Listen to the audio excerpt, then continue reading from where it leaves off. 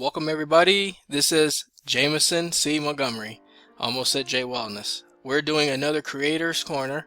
It's been a while since I've done one of these, and I enjoy coming on here and sharing a little bit of health and wellness wisdom and things that I've discovered along the way. It's not the same doing that with the character, so I wanted to really come on. Okay, so I got everything in order now, I think. So that was my little introductory spiel. So I'm going to give you a little backstory. A lot of people don't realize this, but for many years, many meaning more than two, I dealt with a condition called Eustachian Tube Dysfunction. Terrible condition, by the way. And I don't know how I mean, I guess that's I guess that's life, really. You don't know a lot of how you get things and how you're diagnosed with things. But I got this condition somehow, and it lasted for 2.5 to 3 years, really.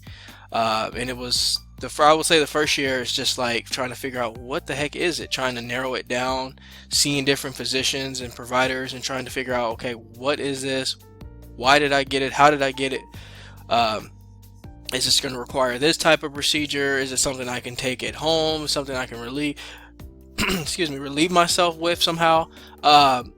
And there was no answers anywhere. I did a lot of research online. I asked people that, at different workplaces and places like that, hey, have you ever had something like this? Many people told me, no, I don't know. I've had ear infection. This was not an ear, like your typical ear infection. This was, what I was told is when, obviously, you're looking. Think of this mic, by the way. You have like a tube going downwards from your ear canal in your ear here, and it's going down. Its main purpose is to drain fluid out of your ear. And so, if you're an allergy sufferer, which I feel like I've gotten over allergies, actually, and I'll touch more on that later. But if you're an allergy sufferer, this is going to be it's going to be like a whirlwind effect for you to have to deal with this condition. But I had, I would say I had very minimal allergies. Some will say it was severe. I say that it had its moments where it would ease off and then it would get worse again. But this condition has been so non-specific as far as what it could be. I can tell you right now, I've seen over 10 different specialists. Of course, I went to my general practitioner, but I've seen over 10 different specialists. They all had their own opinion of what it could be, what caused it. Most of them kind of went back to allergies, because no disrespect to the providers out there, but they all blamed allergies, and I do understand that is the majority of the time the issue, what causes that. But mine was a particular situation, I would say. And so spending so many times going to all these providers' offices and spending a lot of copay money and a lot of insurance money, and just it was just a nightmare. So anyways, I won't bore you with that story so much, but I just want to tell you that this Eustachian tube dysfunction led to congestion, obviously a clogging, and it was in my left ear, I believe. I'm trying to remember now, left ear. And so what it did was, every time sometimes I'd just be walking, I hear whoosh, whoosh, swishing sounds in the ear. So I started searching that. I was like, okay, swishing sounds in the ear. I'd get a lot of things like tinnitus and ear infection, fluid buildup, all kinds of things. And so I realized, okay, maybe it will be that. So I started talking to doctors. They started prescribing me different medications that didn't do anything for me. So that was a big issue. I can go on and on about this story, but all in all, it lasted a long time. What it also did is it caused very cases, like minor cases of vertigo, a little more like a kind of a hit to the equilibrium a little bit, kind of making me feel off balance. Getting on planes was a kind of a hassle. Roller coasters, I wasn't even going to try that. It was really a moment that caused a lot of problems. I told a lot of people about it. So, it's not something that I tried to keep under wraps or anything. I really made myself vocal about it because I was trying to figure it out. And so what I realized is that as I did my own research, I started to get more educated about this Eustachian tube dysfunction. I did a video as well on this channel, animated video version. So now I want to do a personal live version. some ways that could be your problem. I know for me is I have a big sensitivity to coffee, and so drinking coffee was a nightmare. And I would say the pros did not, overstep the cons that I was feeling, so I gave it up. And I haven't had a cup of coffee in quite some time. And so I started saying, oh, maybe I should do decaf. Didn't really do much for me. It was still an issue. So I just said, you know what? I'm just not a coffee guy. I'm going to leave coffee alone.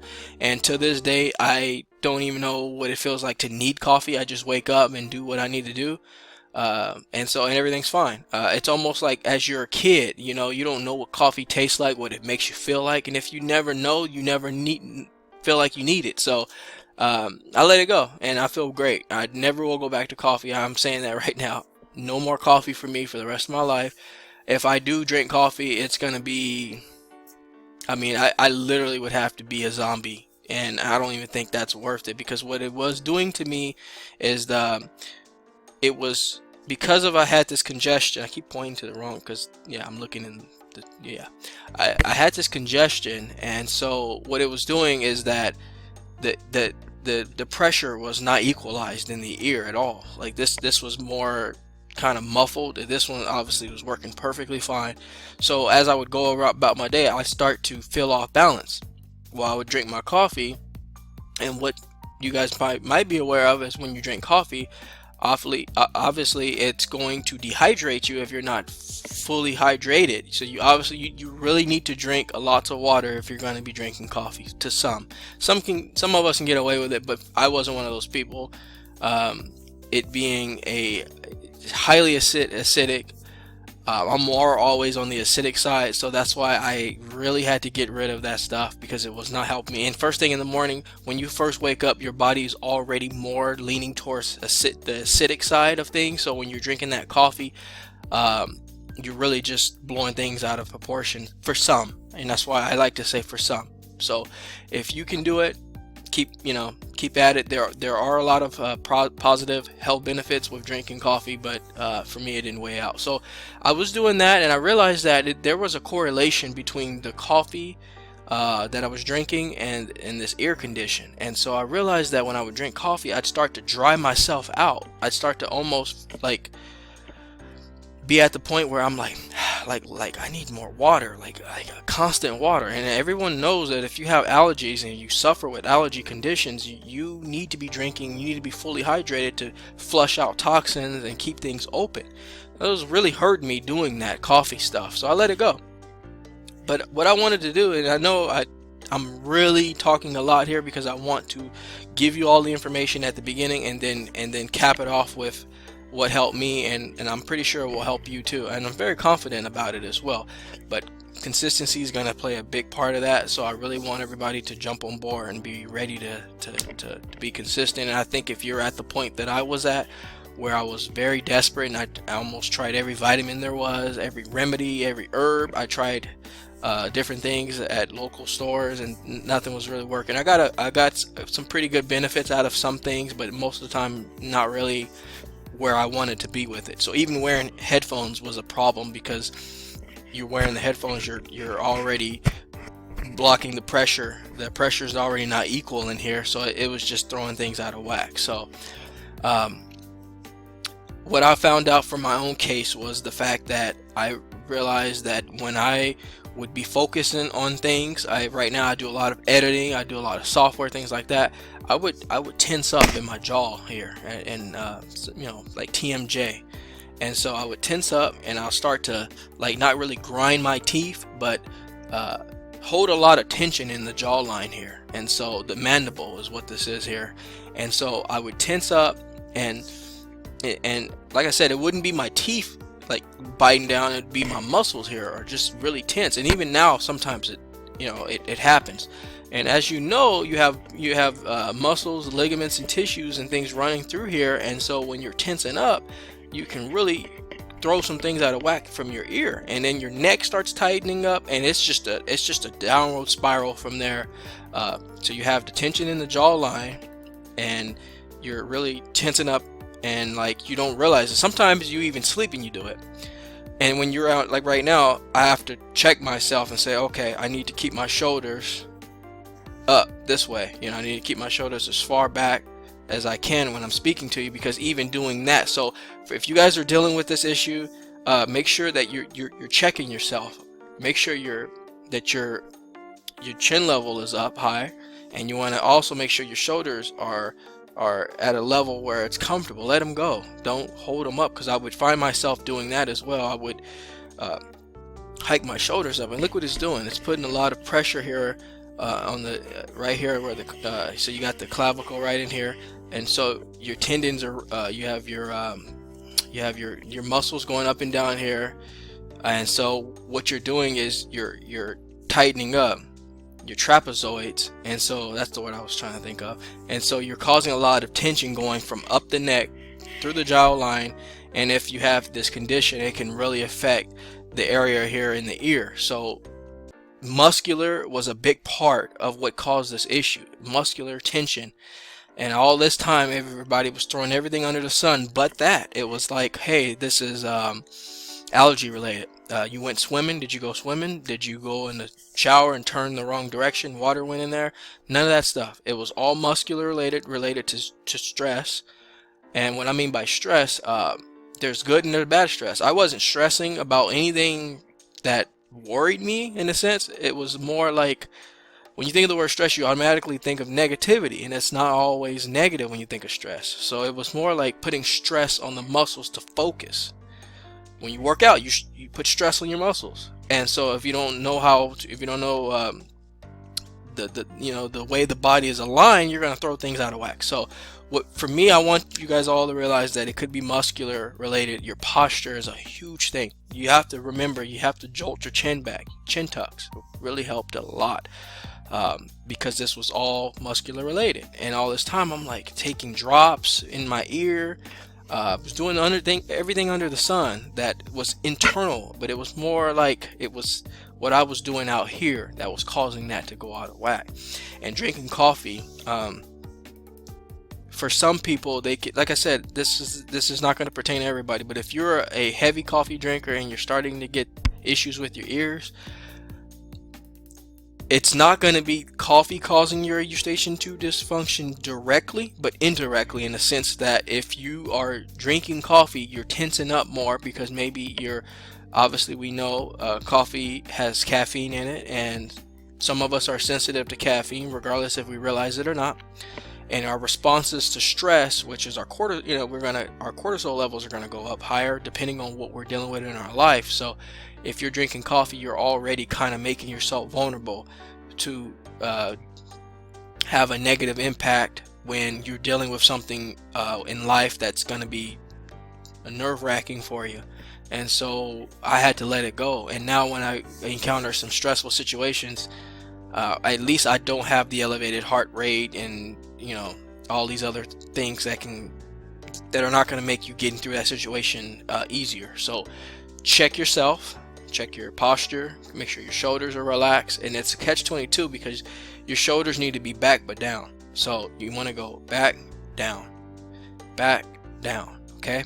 Catch-22 meaning that you're told to sit up straight, and that's normal, but you're also supposed to keep your shoulders like aligned.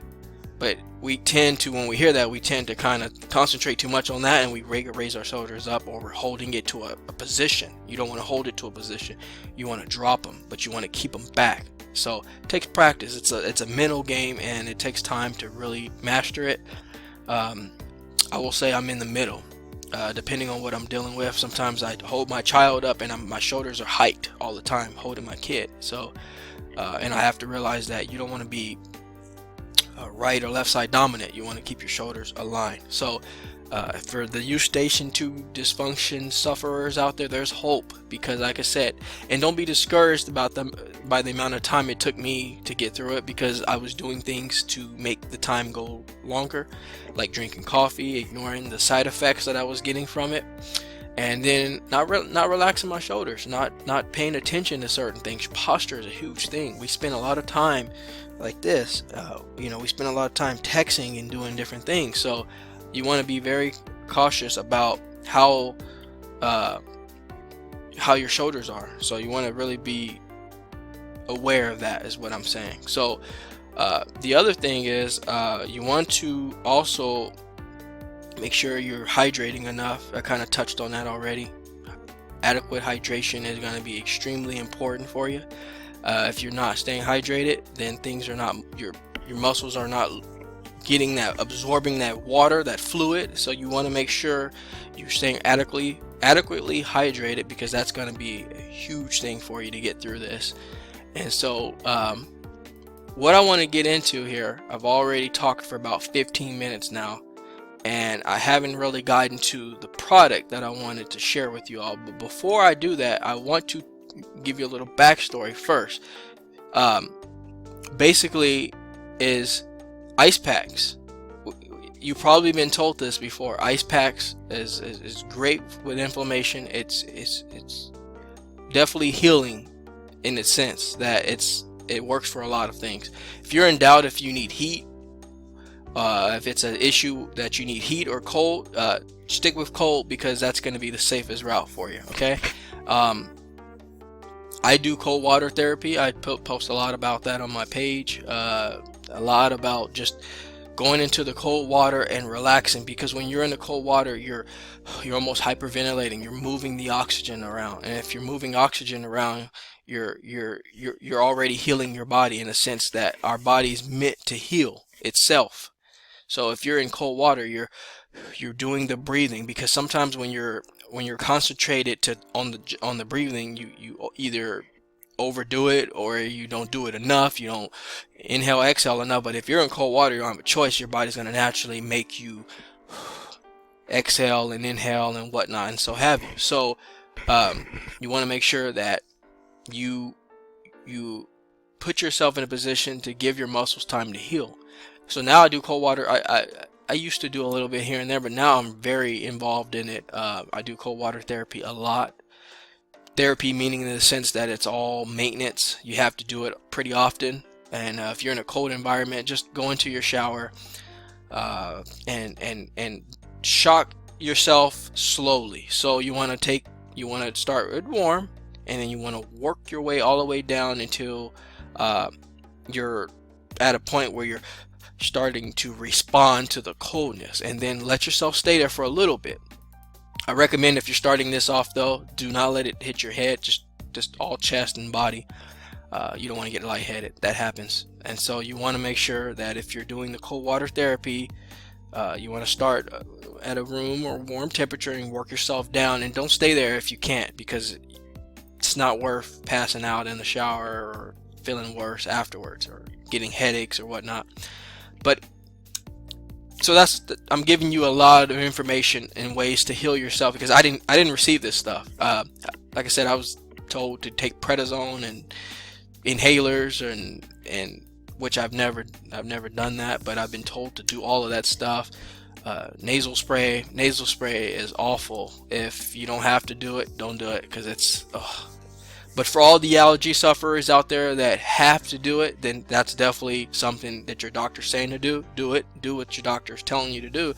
But for this particular issue, it didn't help me at all. It just made me more congested, the rebound effect. And I know some of you might know what that is, but I won't go into that because that's a whole different category. So anyways, where am I now? So just to recap a little bit with you all. Check your posture, which I constantly do. Make sure that you're getting adequate water intake. And if you're like myself, who has sensitivity to coffee, caffeine, and acidity, make sure you're balancing that out by eating greens and staying on a balanced pH. And then the main thing that was happening that I want to get into, and I promise you, I'm going to tell you exactly what's going to help you right here. Let me so this is what helped me right here, no joke.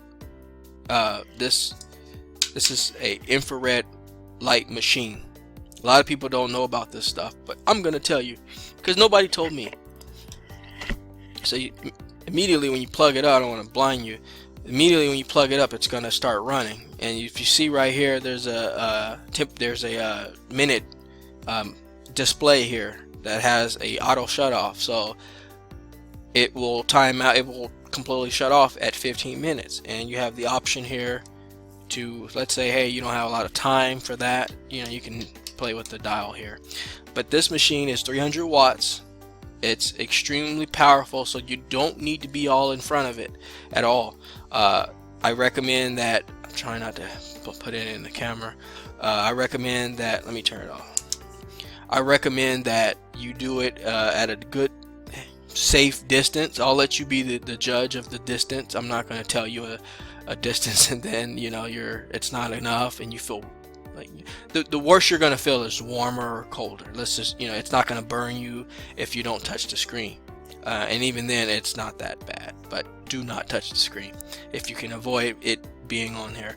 So this is the one that there's a lot of them out there on Amazon and online. There's handheld ones that you can buy, that you can place on the skin because the wattage isn't as high, and so it's actually one that you can place directly, get direct contact. I personally will tell you, do not, this is my own personal opinion by the way, go straight to the highest, the most, just go straight to the highest, most light that you can.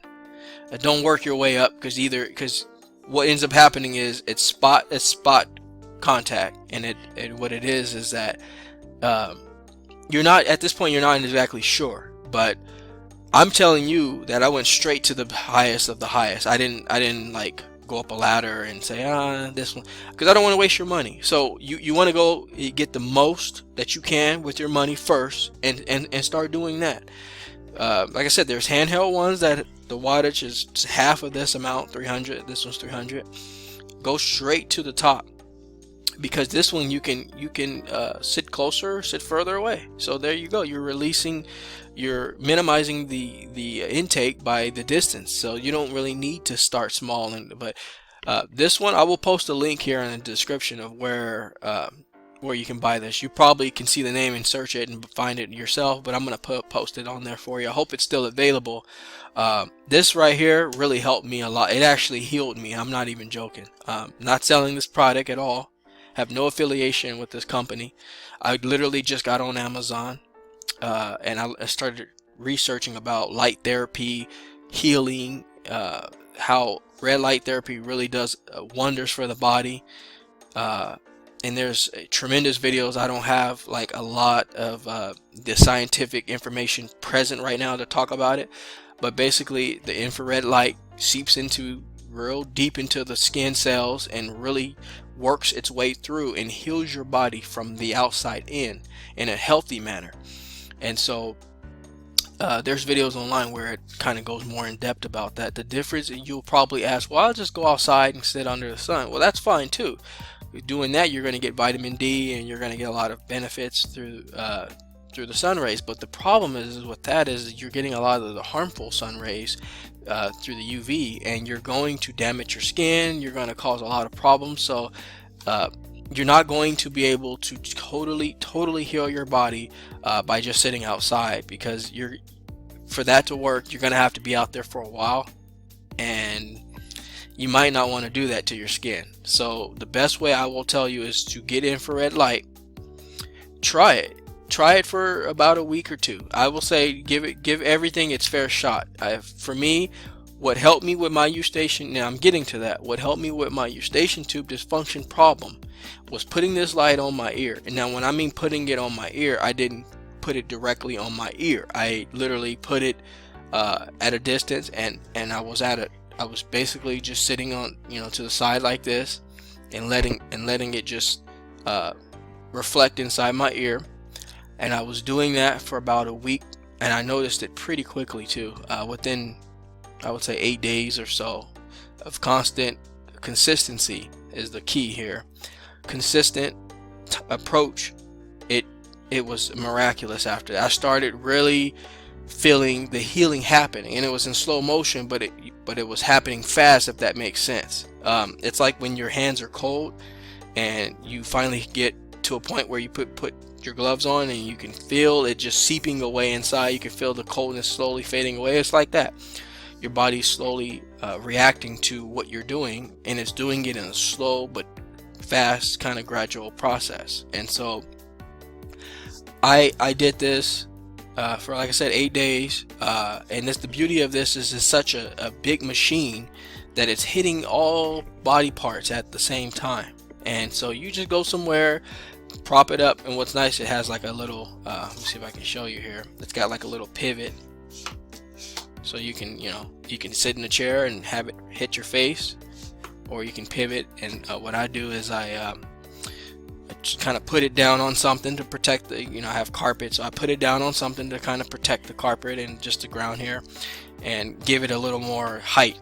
And I just lay there, and depending on what area I'm working on, it could be my back, shoulder blades, I sit there and let it just absorb the light, because light is healing.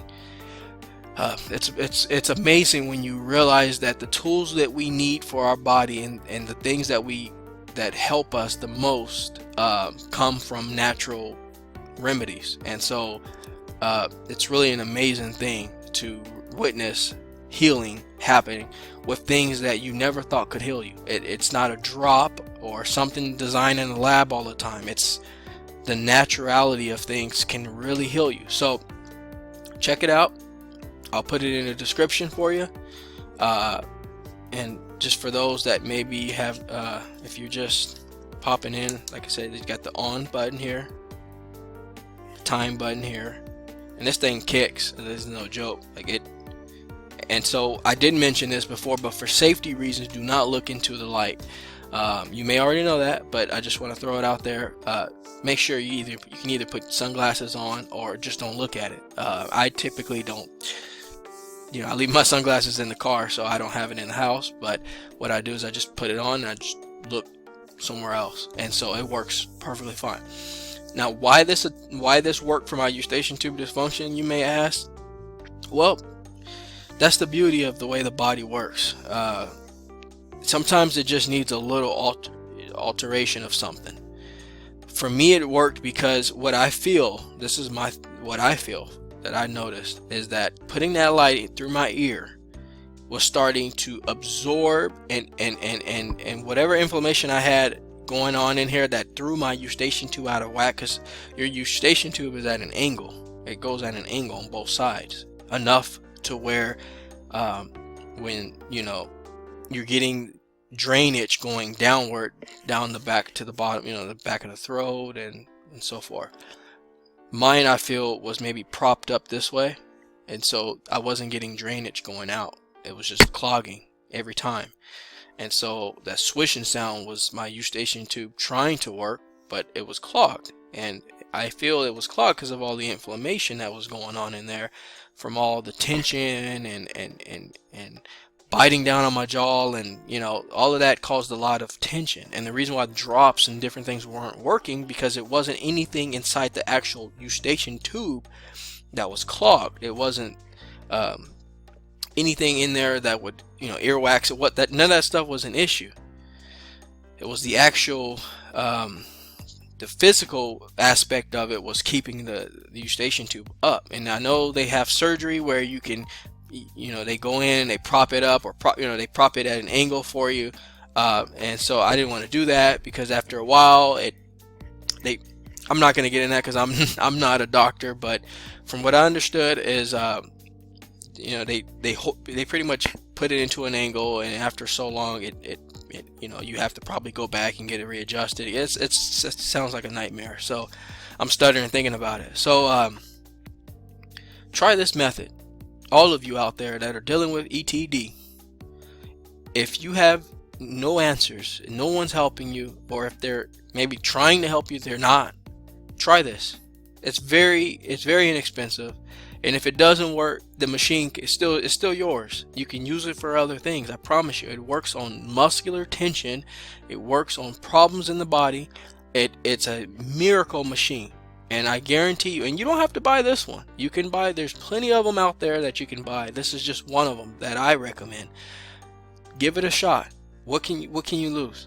You're just going to lay in some light. I would say about 15, if you're starting, maybe 10-15 minutes. Just do it. Go by the timer here.